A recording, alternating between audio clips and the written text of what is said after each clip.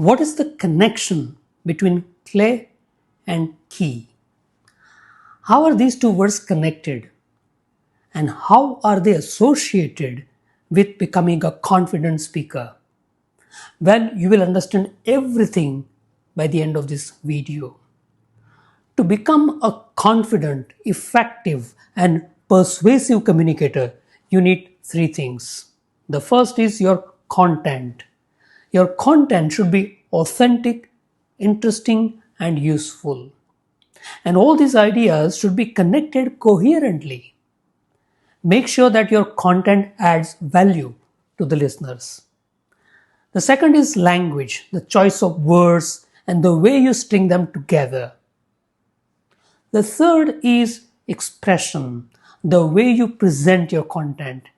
It's important to ensure that you have a strong vocal and visual image. So now you know what clay is: content, language, and expression. And by the way, clay in French means key.